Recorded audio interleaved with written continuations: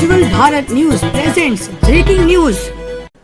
વલસાડ જિલ્લામાં 2 દિવસ માટે રેડ એલર્ટ જાહેર કરેલું છે.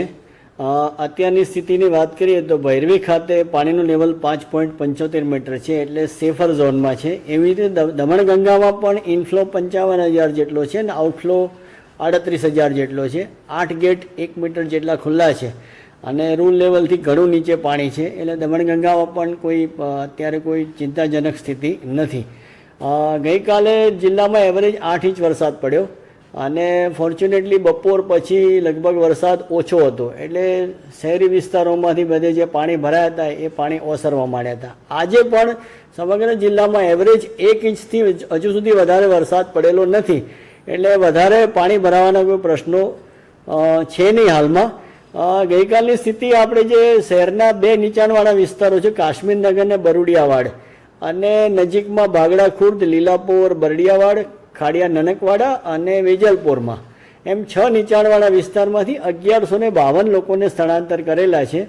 ધીમે ધીમે જેમ પરિસ્થિતિ નોર્મલ થતી જશે એમ આપણે એમને એમના ઘરે જવા દઈશું. હાલ આપણા સેફ સેન્ટરો ઉપર તેમને જમવાની અને ચા પાણી નાસ્તાની બધી જ સગવડ, મેડિકલ ટીમની સગવડ બધી જ આપણે એમને સુવિધાઓ આપી રહ્યા છીએ.